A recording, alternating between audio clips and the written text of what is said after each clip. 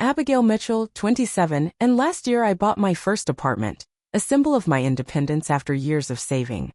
Then I came home from a business trip to find strangers touring my home and a for sale sign outside.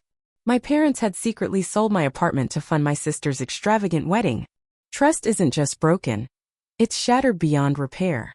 Before I continue my story, let me know where you're watching from and hit that like and subscribe button if family betrayal stories make your blood boil too. Growing up as the middle child in the Mitchell family wasn't easy. My parents, Richard and Eleanor Mitchell, provided us with a comfortable upper-middle-class life in the suburbs of Chicago. But their attention and affection were never equally distributed among their 3 children. My older sister Madison, now 29, was always the golden child. With her perfect grades, popularity, and conventional beauty, she embodied everything my parents valued. Every achievement of hers was celebrated with dinners out and proud phone calls to relatives. Her high school graduation party was practically a wedding reception with over 100 guests and professional catering. Then there's my younger brother Ethan, 24, the baby of the family. While Madison was the star, Ethan was the one who could do no wrong. His mediocre grades were him finding his path, and his tendency to quit activities after my parents had invested in expensive equipment was just exploring his options. When he crashed the car my parents gave him for his 16th birthday, they replaced it with a newer model within a week. And then there was me, perpetually in the middle. Not rebellious enough to demand attention like Ethan sometimes did. Not exceptional enough to earn the spotlight like Madison. I was reliable, consistent, and largely overlooked. When I made honor roll, it was expected. When I won second place in a state writing competition, my mother's response was, "That's nice, honey. Did you remember to take out the trash?" After years of trying to earn the approval and recognition that came so easily to my siblings, I made a decision during my senior year of high school. Instead of fighting for scraps of attention, I would build a life that didn't require their validation. I would become completely self-sufficient. While Madison attended an expensive private university with all expenses covered by our parents, I earned a partial scholarship to a state school and worked 3 jobs to cover the rest. I waited tables on weeknights, worked at the campus bookstore between classes, and did administrative work for one of my professors on weekends. Between work and maintaining my GPA for my scholarship, I barely slept. But I graduated with minimal student loans and a degree in finance. After college, I landed an entry-level position at Meridian Financial Advisors in downtown Chicago. The starting salary wasn't impressive, but the growth potential was. I lived with 2 roommates in a tiny apartment for 3 years, bringing lunch from home every day, tracking every expense in a detailed spreadsheet, and picking up freelance financial consulting work on the side. Every spare dollar went into my apartment fund. When I finally had enough for a down payment, I spent months researching neighborhoods, property values, and mortgage rates. I found a small but charming 1-bedroom apartment in Lincoln Park, not the most prestigious address, but a solid investment in an up-and-coming area. The day I signed the mortgage papers was the proudest moment of my life. I called my parents immediately after leaving the bank, excited to share my achievement. My father's response was, "An apartment? Wouldn't a house in the suburbs make more sense? You're just throwing money away on something so small." My mother added, "Well, I suppose it's a start. Madison and William will probably buy that new construction in Oak Brook once they're married." Despite their underwhelming reaction, my apartment became my sanctuary, the physical manifestation of my independence and success. It wasn't large, just 750 square feet, but it had character, exposed brick on one wall, hardwood floors that I refinished myself, and large windows that flooded the space with natural light. The kitchen was outdated, but I spent weekends installing new cabinet fronts, painting the walls a soft sage green, and replacing the fluorescent lighting with pendant lamps I found at a thrift store. My best friends, Zoe and Tyler, helped me with the renovations. We ordered cheap pizza and drank boxed wine on my floor since I couldn't afford furniture yet.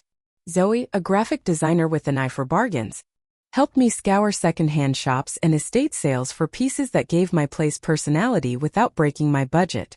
Tyler, who worked in construction, taught me how to use power tools and gave me contractor rate discounts on materials. While I was creating my independent life, Madison was following our parents' approved script. She got engaged to William Reynolds, son of a prominent family with country club memberships and vacation homes. Ethan was still finding himself at my parents' expense, cycling through college majors and taking expensive gap years to broaden his horizons in Europe and Asia. The contrast between my approach to life and my siblings couldn't have been more stark. I built my security brick by brick, while they rested comfortably on the foundation my parents provided. I didn't begrudge them their choices. We all have different paths. But I took pride in knowing that everything I had earned through my own efforts. Little did I know that the independence I had worked so hard to achieve was built on a foundation far more fragile than I realized. One that could be dismantled by the very people who should have respected it most. The first sign of trouble came 6 months after I purchased my apartment. Madison called a family dinner at our parents' house, which was unusual since our mother typically orchestrated family gatherings. When I arrived, the dining room table was set with the good china and crystal glasses that only appeared on special occasions. Madison and William arrived last, her left hand conspicuously hidden until everyone was seated. Then came the choreographed moment. William standing, taking Madison's hand, and announcing their engagement as Madison finally revealed the enormous diamond ring that had been hidden in plain sight. My mother burst into tears. My father shook William's hand vigorously, and Ethan whistled at the size of the diamond. I hugged my sister and congratulated the couple sincerely. Despite our differences, I wanted Madison to be happy, and William seemed like a decent guy, if somewhat molded by privilege and family expectations. The conversation quickly turned to wedding plans, and that's when I began to sense the magnitude of what was coming. Madison didn't want just any wedding. She wanted what she called a proper society wedding at the Peninsula Chicago, with at least 300 guests, a 10-piece orchestra, custom floral installations, and a designer gown. We're thinking next June would be perfect, Madison announced. That gives us about 8 months to plan. 8 months? I asked. That's not much time for such an elaborate event. Madison waved away my concern. When you know what you want, why wait? Besides, Mom and Dad already put down deposits on the venue and the band. I glanced at our parents, surprised they had moved so quickly. My father cleared his throat. William's family expects a certain standard. The Reynolds name carries weight in Chicago, and we want to make sure Madison's wedding reflects that. My mother added, we've been saving for Madison's wedding since she was born. This is what every mother dreams of for her daughter.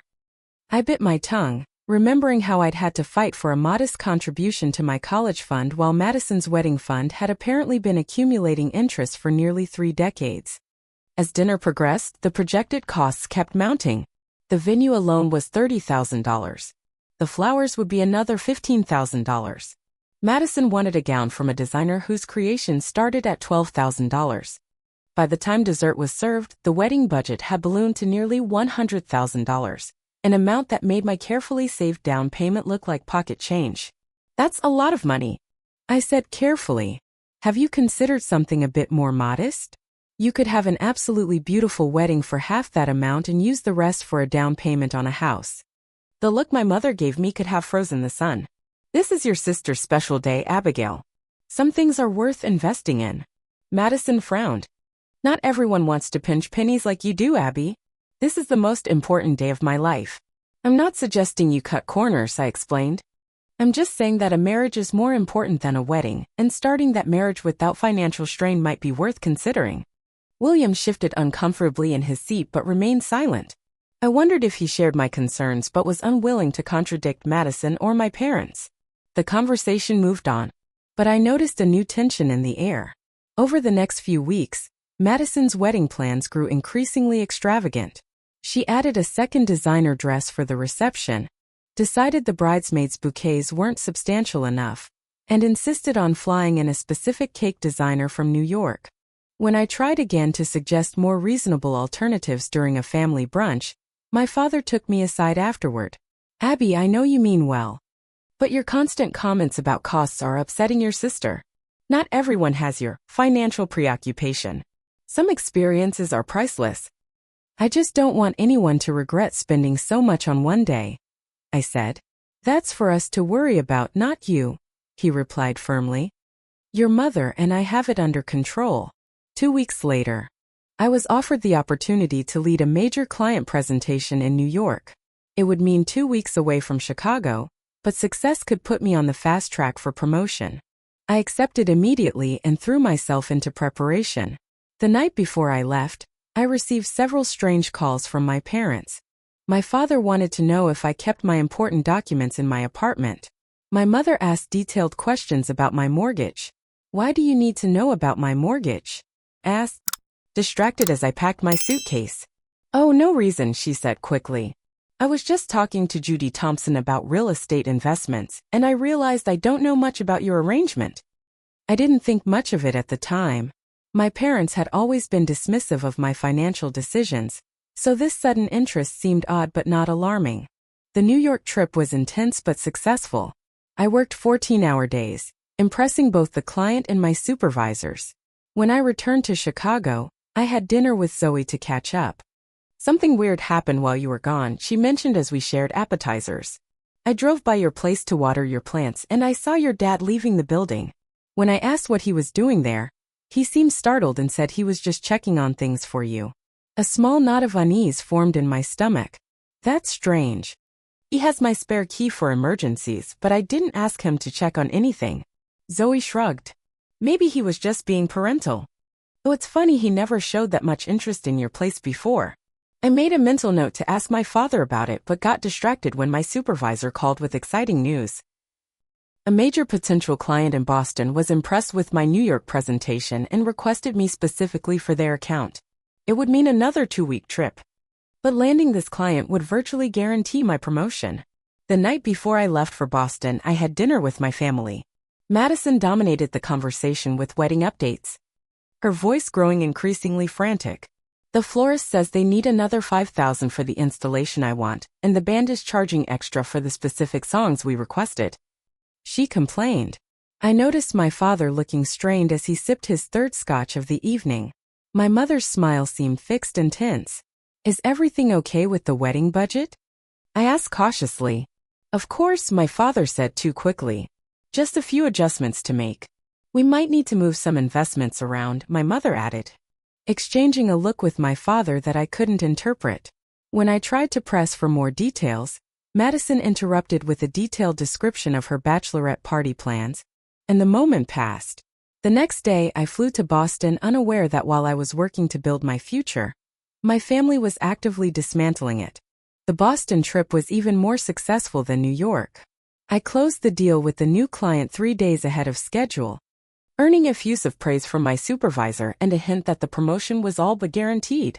Energized by my professional success, I decided to fly home early and surprise myself with a rare weekend of relaxation in my apartment. As the Uber approached my building, the driver made a casual comment that changed everything. "Nice place. Looks like it's selling quickly. That for sale sign has only been up for a week, and I've already seen a bunch of people going in and out." "What sign?" asked, my voice suddenly tight. "There must be another unit for sale in the building." The driver shrugged. "Could be. Just noticed because I pick up in this area a lot." I told myself he was mistaken as we pulled up to my building, but there it was, a real estate sign with "Open House Today" prominently displayed. My apartment number was clearly listed. My hand shook as I paid the driver and grabbed my suitcase. This had to be some kind of bizarre mistake. I fumbled with my keys and rushed up the stairs, hearing voices from inside my apartment before I even reached the door. When I opened it, I froze in shock. A woman in a blazer was gesturing around my living room, speaking to a young couple who were nodding appreciatively. My furniture had been rearranged, and there were fresh flowers on my coffee table, staging touches I recognized from real estate shows. "Excuse me," I interrupted, my voice cracking. "What's going on here? This is my apartment." The woman in the blazer turned to me with a professional smile that faltered when she saw my expression. "Oh, you must be Abigail. Your parents mentioned you might be stopping by. I'm Janet Loving from Premier Realty." "My parents?" I repeated, feeling like I was in some surreal dream. What do my parents have to do with my apartment? The couple looked uncomfortable and murmured something about waiting downstairs. Janet's smile became fixed as she reached for a portfolio on my kitchen counter. "Perhaps we should discuss this privately," she said, extracting a document. "Your parents handled all the paperwork. They said you were too busy with work to manage the sale yourself, but everything's in order. We already have several interested buyers."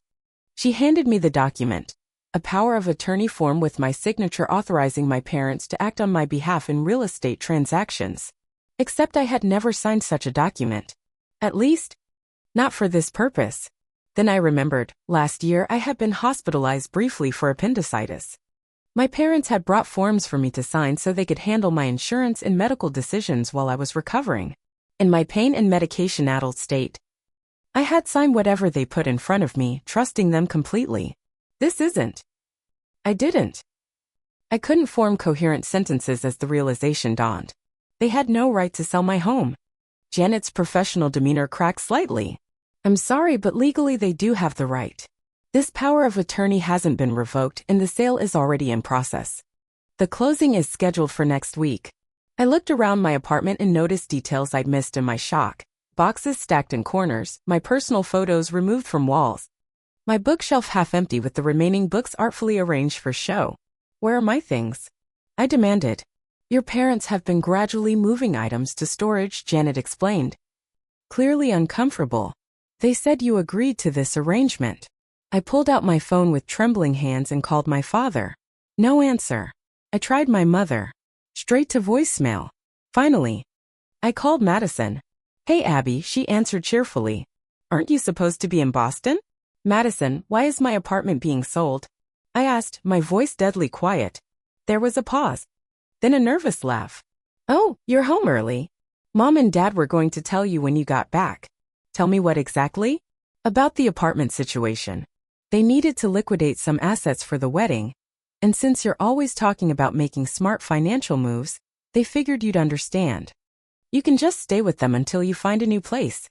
The casual way she delivered this information, as if my home were nothing more than a convenient ATM for her wedding, made something snap inside me. They sold my home, Madison. The home I saved for years to buy. Without asking me.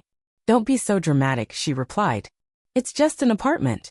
And it's not like you can't afford another one with your fancy job. This wedding is important to the whole family's social standing. I ended the call before I said something unforgivable. Janet the realtor was watching me with a mixture of sympathy and professional concern. I need everyone out of my apartment right now, I told her. This open house is over. After she reluctantly ushered out the remaining potential buyers, I called Tyler, who had a friend who practiced real estate law. The news wasn't good. The power of attorney was legally binding. And while I might have a case for fraud or misrepresentation, legal battles could take months or years, far longer than the week before the scheduled closing. I sat on my couch, a couch I had saved for 6 months to buy, and tried to process what had happened. My parents had effectively stolen my home to pay for Madison's extravagant wedding. They had betrayed my trust in the most fundamental way possible. As the reality sank in, I noticed more evidence of their betrayal, important documents missing from my desk. Empty spaces where treasured possessions had been. My closet partially emptied. They had been systematically dismantling my life while I was working to build my career. The violation was so complete, so calculated that I could barely breathe through the rage and hurt. I had never felt so betrayed, not even when I was a child watching my siblings receive the love and attention I craved. This was different. This was theft not just of property but of security and autonomy. I had one last card to play. I found the business card Janet had left and called her. Who bought my apartment? I asked without preamble. That information is confidential until after closing, she replied cautiously. Janet, my parents fraudulently sold my home. I'm exploring legal options, but I'd like to speak directly with the buyers first. It might save everyone a lengthy court battle. There was a long pause before she sighed. The Reynolds family. They're buying it as an investment property. William's parents. My future in-laws. The web of betrayal expanded to encompass my sister's fiancé's family. I wondered if William knew, if everyone had been in on this scheme except me.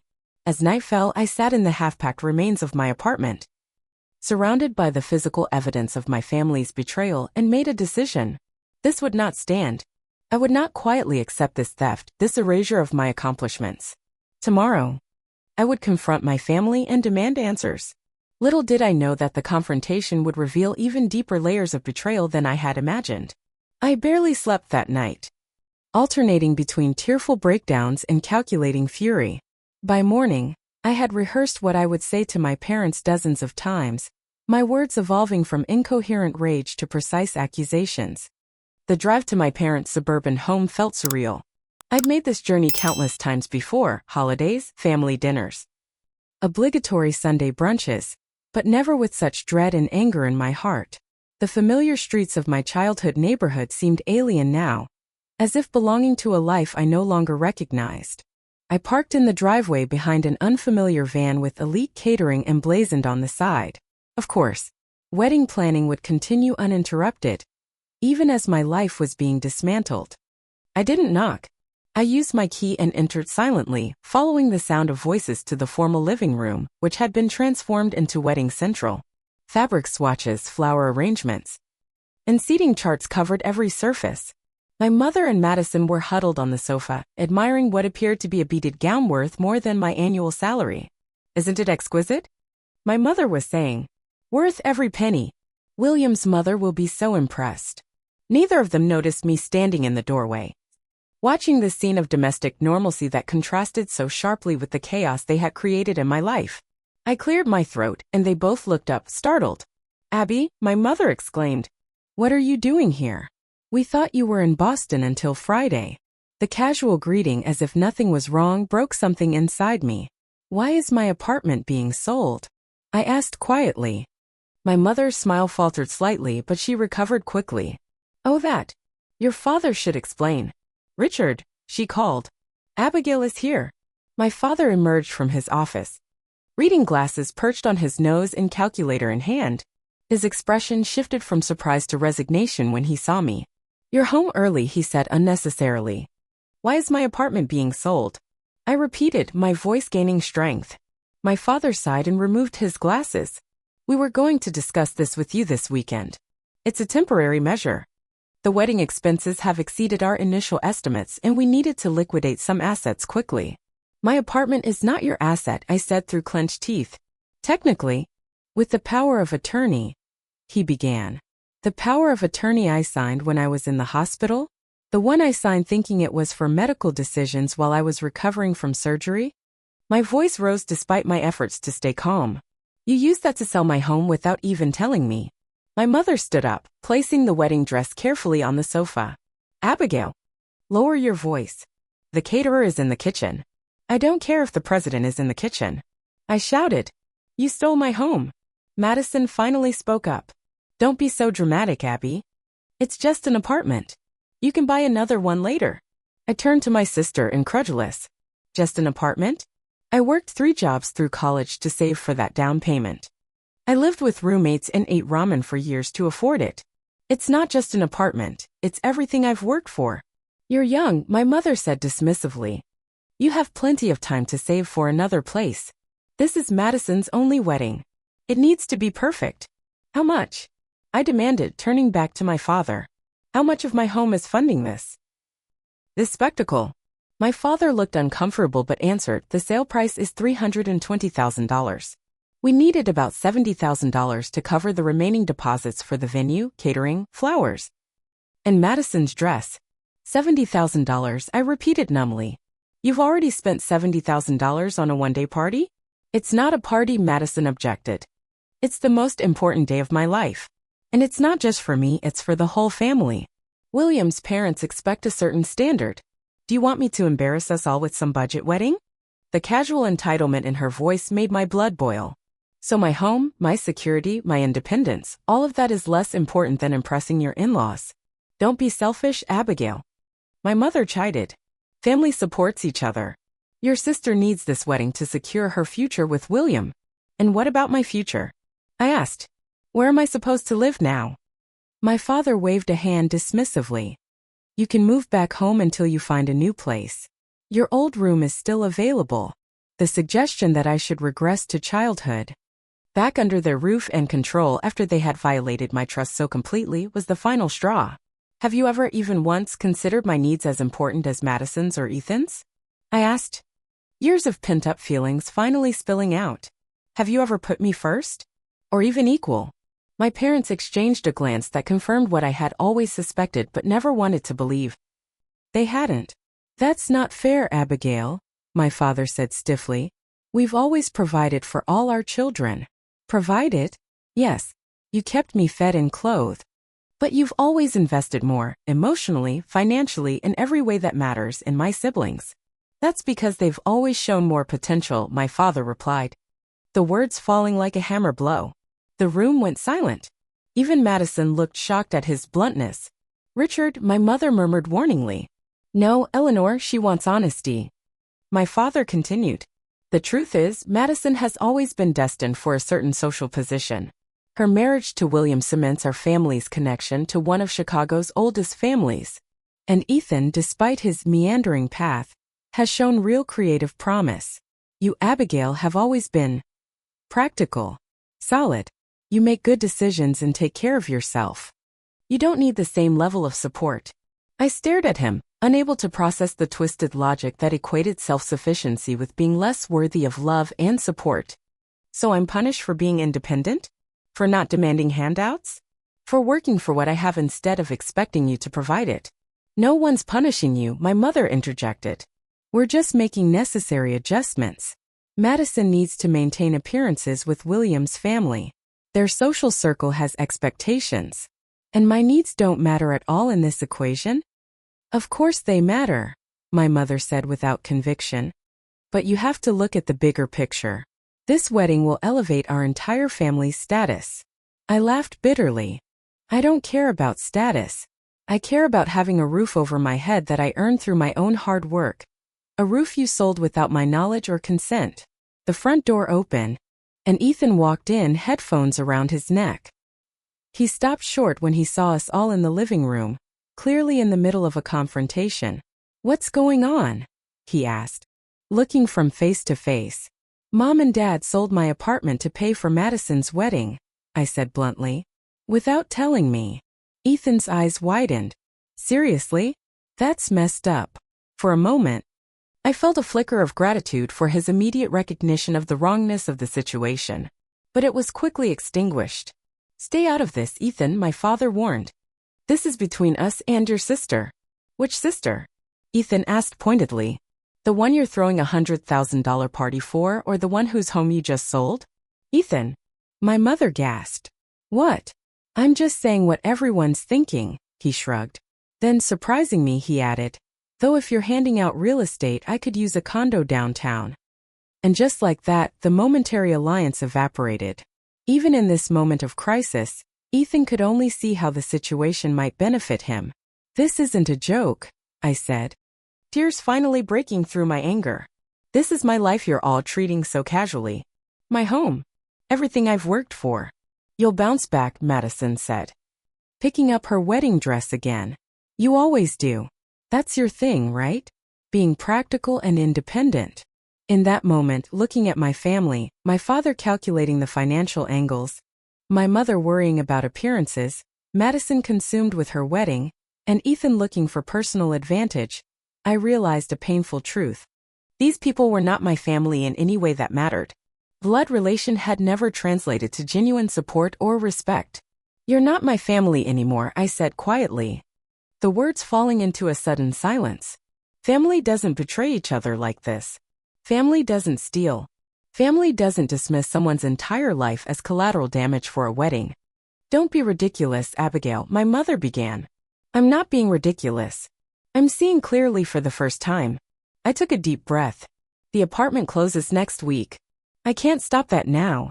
But this is the last thing you will ever take from me, my home, my trust, and my belief that you ever had my best interests at heart. I turned to leave, ignoring their protests and justifications. As I reached the door, I heard Madison call out, "Does this mean you won't be my bridesmaid?" The absurdity of the question after everything that had happened struck me like a physical blow. Without turning around, I replied, "There is no universe in which I would stand beside you and celebrate after what you've done."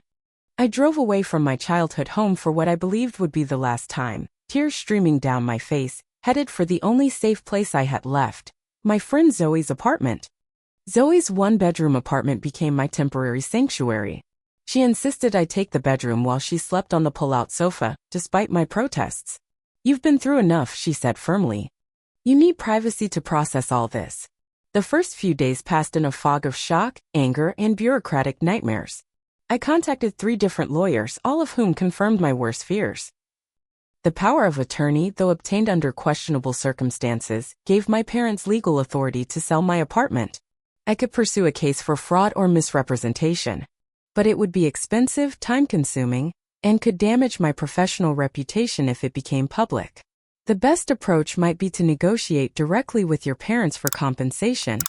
One lawyer advised. Court battles between family members rarely end well for anyone. But my parents weren't responding to my calls or text. And I couldn't face another confrontation like the last one.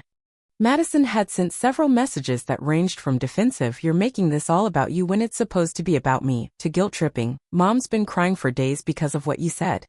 I blocked her number. The emotional toll began affecting my work. I missed deadlines, zoned out during meetings, and made careless errors in reports. My supervisor, Diane, called me into her office after I submitted a client proposal with multiple calculation errors.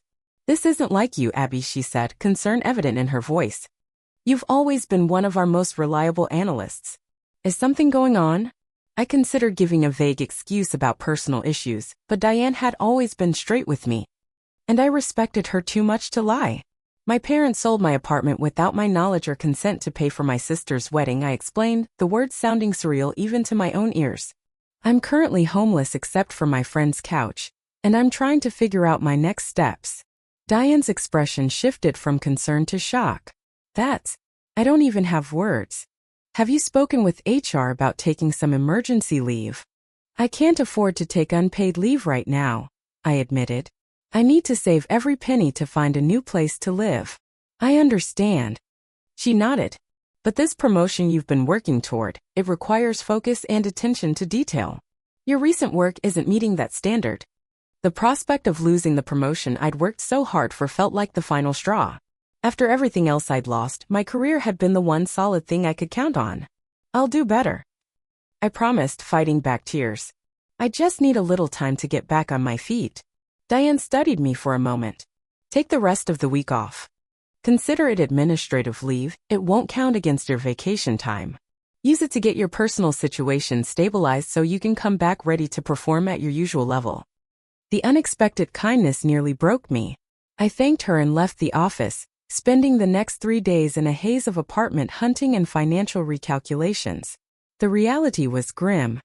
Chicago's rental market had skyrocketed since I purchased my apartment. To find something in a safe neighborhood with a reasonable commute would require nearly double what my mortgage payment had been. And coming up with first and last month's rent plus security deposit would deplete what little savings I had left after my down payment. Meanwhile, the closing date for my apartment approached. I received a formal notice from the attorney handling the sale, requesting that I remove any remaining personal items by Thursday. Tyler helped me rent a small storage unit and move the last of my belongings, the few things my parents hadn't already packed away. Standing in my empty apartment for the final time, running my hand along the kitchen counters I had saved for months to install, I felt hollow. The space that had represented my independence and success was now just another asset liquidated to fund Madison's perfect day. The following weekend was Madison's engagement party at the country club where William's family were members. I had no intention of attending, but my phone buzzed constantly with messages from relatives. "Your sister's engagement party is a once-in-a-lifetime event," my Aunt Patricia texted. "You need to put aside your differences and be there for her.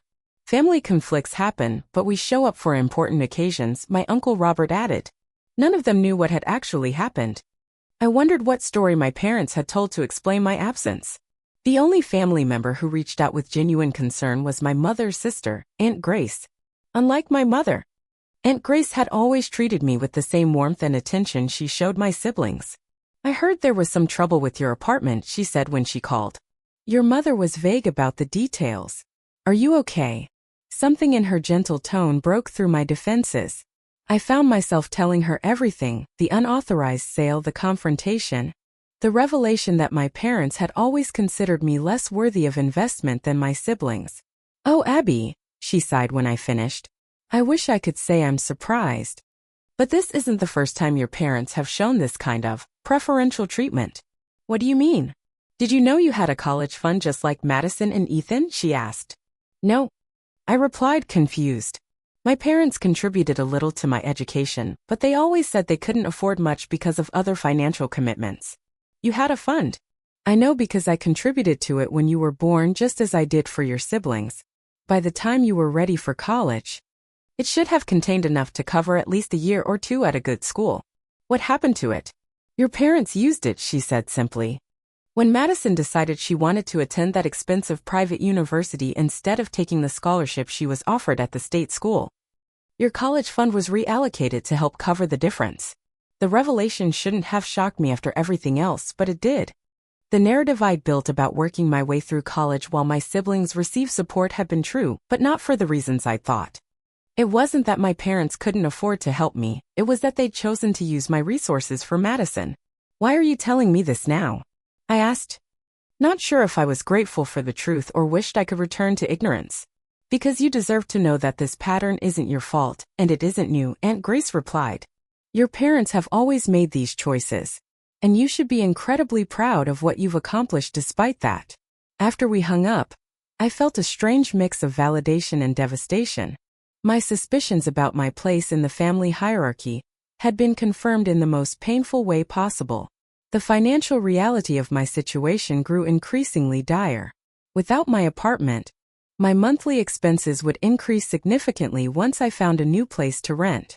The small emergency fund I'd maintained was rapidly depleting as I paid for storage, transportation, and the professional clothes required for my job. A week after the closing, I couldn't resist driving by my former building. I parked across the street and watched as a moving company unloaded furniture I didn't recognize. The new owners, William's parents, were taking possession. They would likely rent the apartment out as an investment property, making monthly income from the home I had poured my heart and savings into. I sat in my car until twilight, watching strangers inhabit the space that should have been mine, feeling physically ill from the stress and lack of proper sleep. Zoe's sofa bed was wreaking havoc on my back, but I couldn't afford to stay anywhere else until I found a permanent solution. My health began to suffer. I developed insomnia, lost weight I couldn't afford to lose, and caught every cold that circulated through the office. During a particularly bad week when I was fighting both bronchitis and the despair of another rental application rejection, Tyler came to Zoe's apartment with an unexpected proposition. I've been talking to some of my construction buddies, he said. We're pooling resources to buy a small apartment building in Pilsen. It needs work, but the bones are good. We're looking for another investor. The buy-in is $20,000. Tyler, that's exactly the amount I don't have right now, I said, trying not to cough. I know, but hear me out. We could structure it as a loan with an equity conversion option. You help with the renovations instead of paying cash up front. Once the building is operational and generating rental income, you get a portion of the profits that goes toward buying your share. And you get first pick of the units to live in at cost. It was a generous offer, especially knowing that Tyler and his friends could have easily found another investor with ready cash. But after what had happened with my parent, the idea of trusting anyone with my financial future, even friends as loyal as Tyler, filled me with paralyzing anxiety. I don't know if I can, I admitted. After what happened, I'm having trouble trusting anyone when it comes to money or housing. Tyler nodded, understanding in his eyes. The offer stands if you change your mind. Just know not everyone is like your family. Abby, some people actually want to see you succeed. His words stayed with me long after he left. Could I learn to trust again after such a fundamental betrayal? Or would I let this experience close me off from opportunities and connections that might help me rebuild? As I drifted into another restless night on Zoe's sofa bed, I wondered if I would ever feel secure again, or if the foundation of trust my parents had shattered could ever be rebuilt. The Monday after my bronchitis finally cleared, Diane called me into her office again. My heart sank.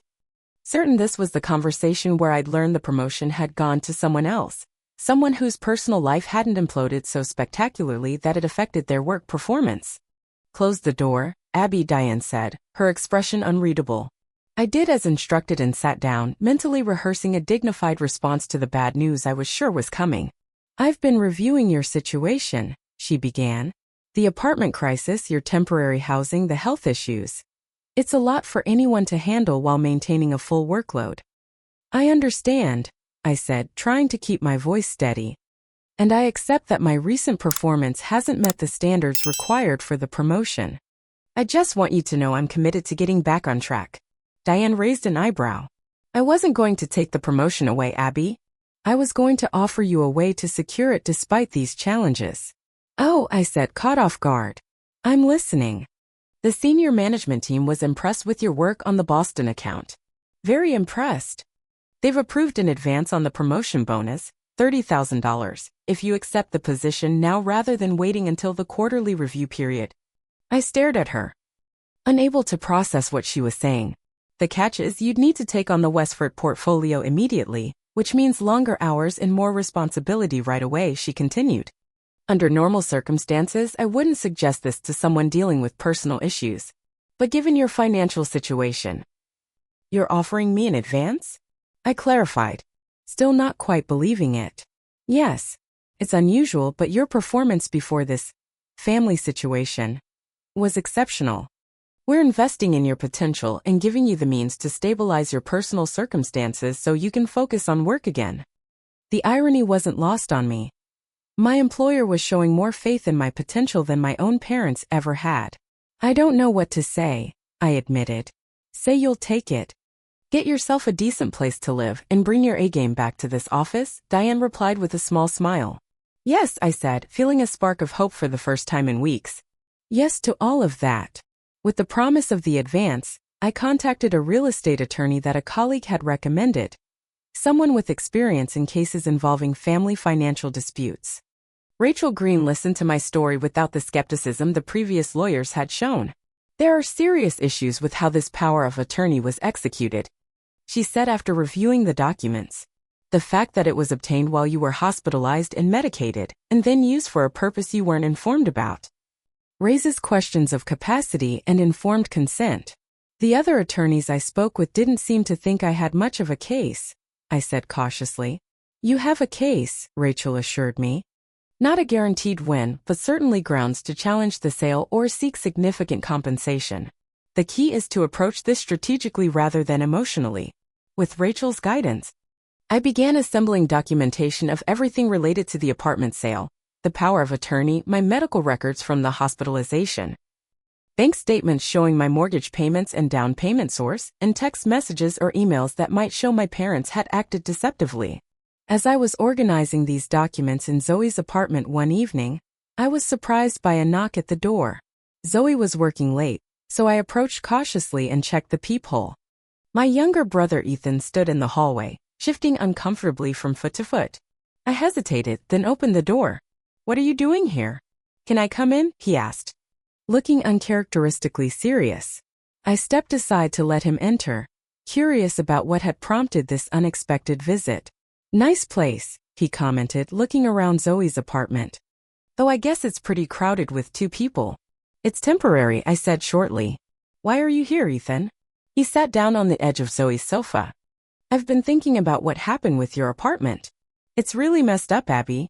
I knew Mom and Dad played favorites, but this is another level. The acknowledgement, especially from Ethan, who had benefited most from our parents' indulgence, caught me off guard. Thank you for saying that, I said cautiously. But that doesn't explain why you're here now. I found something you should know about, he said, pulling out his phone. Mom and Dad didn't just use your apartment money for Madison's wedding. They took out a second mortgage on their house too. What? That makes no sense. They have savings. Dad's always talking about his investment portfolio. Ethan shook his head. It's all smoke and mirrors, Abby. I overheard Dad arguing with his financial advisor last week. They've been living beyond their means for years, trying to maintain the appearance of wealth for Madison's sake, for her social connections. The wedding is just the breaking point. How do you know about the second mortgage? I found the paperwork in Dad's office when I was looking for my passport. They borrowed against the house to cover the deposit on the country club venue and Madison's first dress fitting. This revelation shifted my understanding of the situation. My parents hadn't just chosen Madison over me. They had made financially devastating decisions that affected their own security as well. Does Madison know any of this? I asked. Are you kidding? They'd never tell her anything that might dim her perfect little world. She thinks money just appears when she wants something.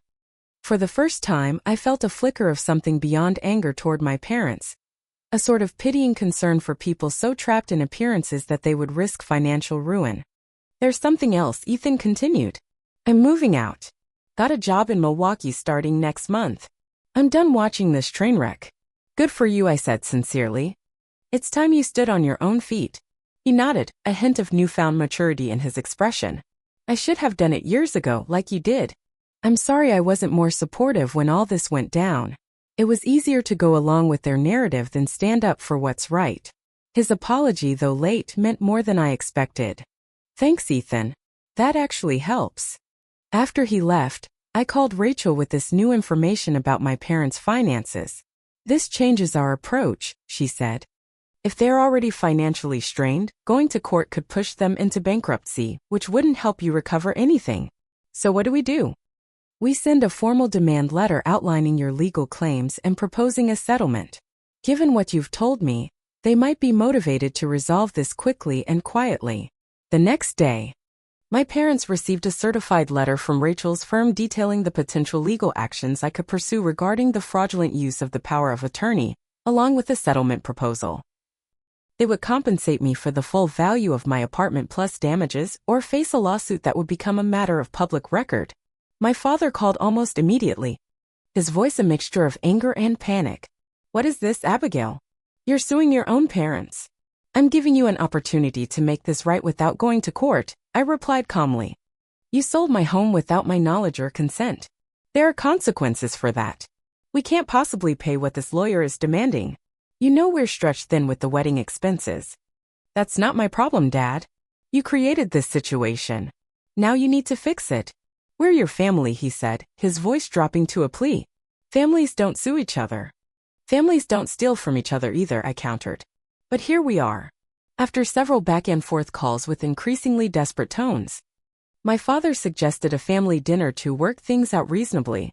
I agreed, but with one condition: it would be at the country club and William's parents would be present. That's completely inappropriate, my father protested. This is a private family matter. Not anymore, I said firmly. The Reynolds family purchased my apartment. They're involved whether you like it or not. To my surprise, he reluctantly agreed. I suspect he feared I would approach William's parents independently if he refused. The dinner was set for the following Saturday.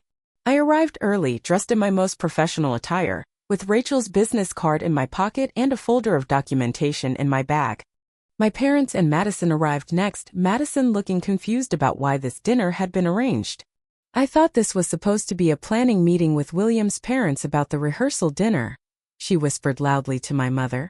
When William arrived with his parents, Robert and Catherine Reynolds, the tension in the private dining room became palpable. Introductions were made awkwardly. My parents had apparently not mentioned to the Reynolds family that the apartment they had purchased belonged to their daughter. It's lovely to finally meet you, Abigail, Catherine said warmly. William speaks highly of you. Thank you, I replied. I appreciate that, especially considering the circumstances. Circumstances? Robert Reynolds questioned, looking between me and my parents. My father attempted to change the subject, but I cut him off gently. Mr. and Mrs. Reynolds, I believe you recently purchased a property in Lincoln Park? A one-bedroom apartment. Yes, as an investment, Robert confirmed, still looking confused. How did you know about that? Because it was my apartment, I said simply. The one my parents sold without my knowledge or consent while I was away on business. The shocked expressions on the Reynolds' faces confirmed they had no idea about the deception. William looked from me to Madison, who suddenly became very interested in her water glass. Richard, Eleanor, what is this about? Robert asked sharply. My father fumbled through an explanation about family financial arrangements and temporary reallocation of assets, but his corporate doublespeak couldn't disguise the fundamental truth. They had taken something that wasn't theirs to take. You told us this property was part of your investment portfolio, Catherine said to my father, her voice tight with displeasure. You never mentioned it belonged to your daughter. Technically, with the power of attorney, my father began. The power of attorney I signed while hospitalized and on pain medication, I interjected, which was presented to me as being for medical decisions only. William turned to Madison, his expression troubled. Did you know about this? Madison's silence was answer enough. So our wedding venue deposit, the flowers, your dress, They were paid for with money from selling your sister's home? William pressed. It's more complicated than that. Madison finally responded, but her voice lacked conviction. It's actually very simple, I said quietly. My home was taken without my consent to fund an extravagant wedding that my parents cannot afford. The dinner devolved from there. William's parents were clearly disturbed by the revelation, particularly when I explained that I had been left effectively homeless as a result. William himself seemed to be seeing Madison in a new light as she continued to defend the decision. It's just an apartment, she repeated her earlier dismissal. Why is everyone acting like this is the end of the world? Because it speaks to character, Madison, William replied, his voice cool. And to priorities. By the end of the evening, William had suggested postponing the wedding until this situation is resolved appropriately.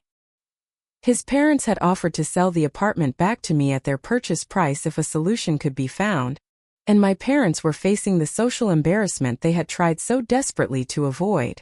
The following day, I received a call from my father with a settlement offer. They would compensate me for the full value of the apartment, plus an additional amount for moving expenses and emotional distress. The money would come from scaling back Madison's wedding dramatically and liquidating some of their actual investments. We never meant to hurt you, Abigail, he said, sounding genuinely regretful for the first time. We got caught up in Madison's expectations and the pressure from the Reynolds family. We made a terrible mistake. Yes, you did, I agreed. But this is a start toward making it right. The settlement wasn't just about the money, it required a formal acknowledgement from my parents of what they had done and a public apology to me in front of the extended family. These terms were non-negotiable, and to my surprise they accepted them. As Rachel processed the paperwork for the settlement, I felt a strange mixture of vindication and sadness. I had stood up for myself and forced accountability, but at the cost of whatever relationship I might have had with my family. Yet for the first time in my life, I felt truly seen by them, not as the reliable middle child who needed nothing, but as a person whose boundaries deserved respect. It wasn't the happy ending I would have chosen, but it was, perhaps, the one I needed. With the settlement money secured, I began the process of rebuilding my life.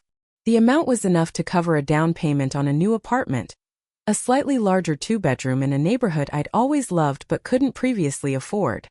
The irony wasn't lost on me that my parents' attempt to take away my independence had ultimately resulted in an upgrade to my living situation. I worked with a real estate attorney of my own choosing this time, making sure every document was explained in detail and that the property was titled in ways that would prevent any future interference. I even added a clause to my will explicitly excluding my parents from any claim to my assets, a sad but necessary precaution.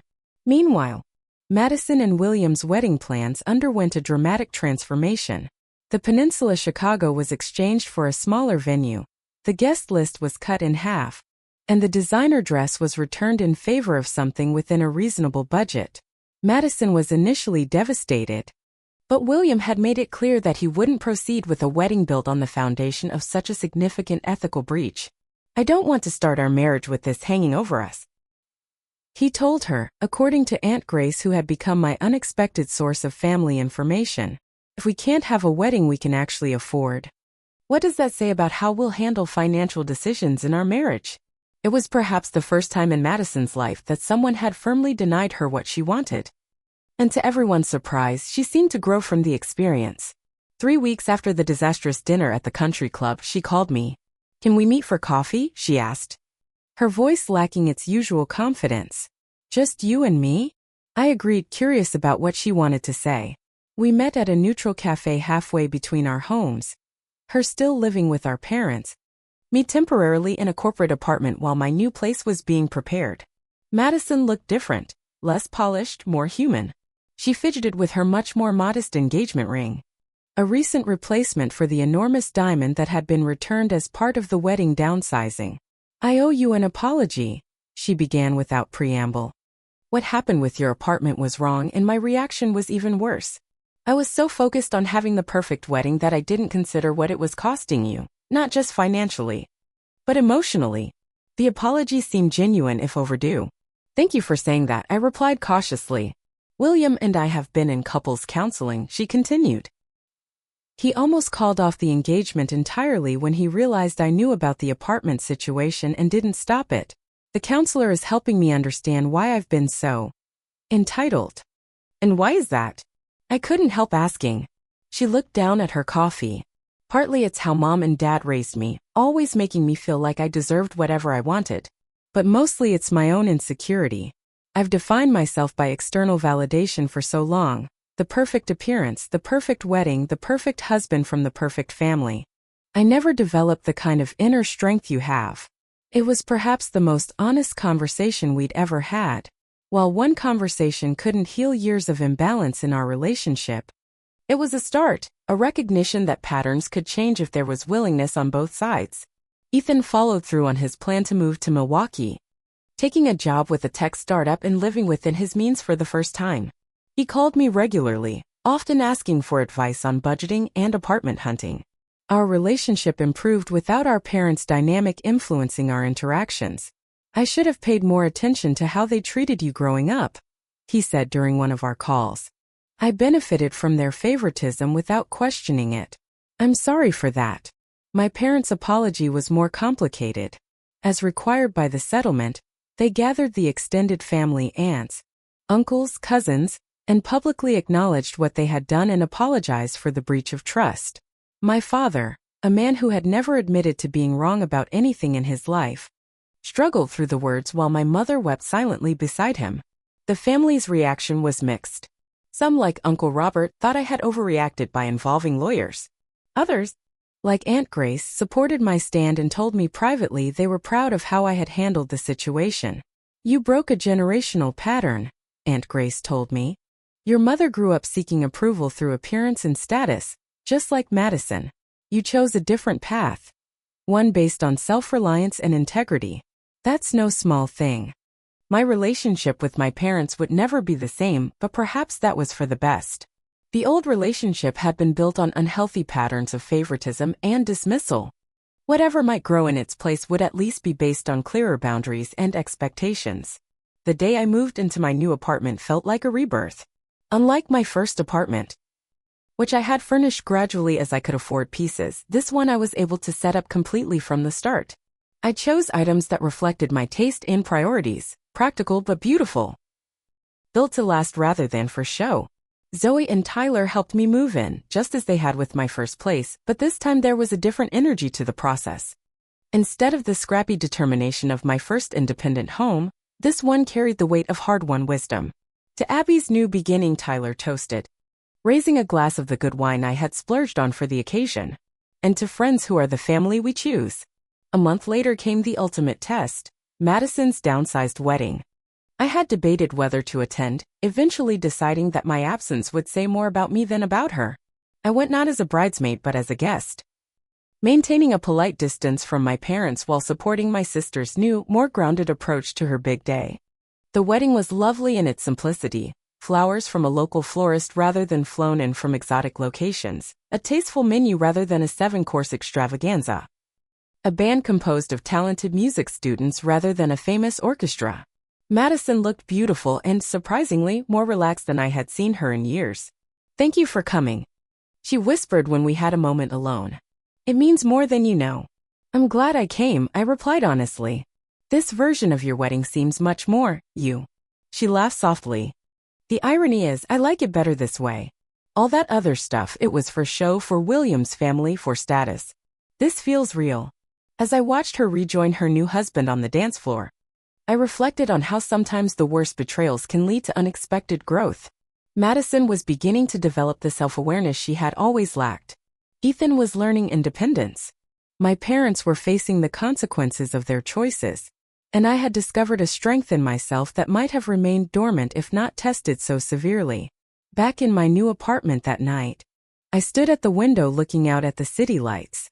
The past few months had been a crash course in family dynamics, betrayal, and resilience.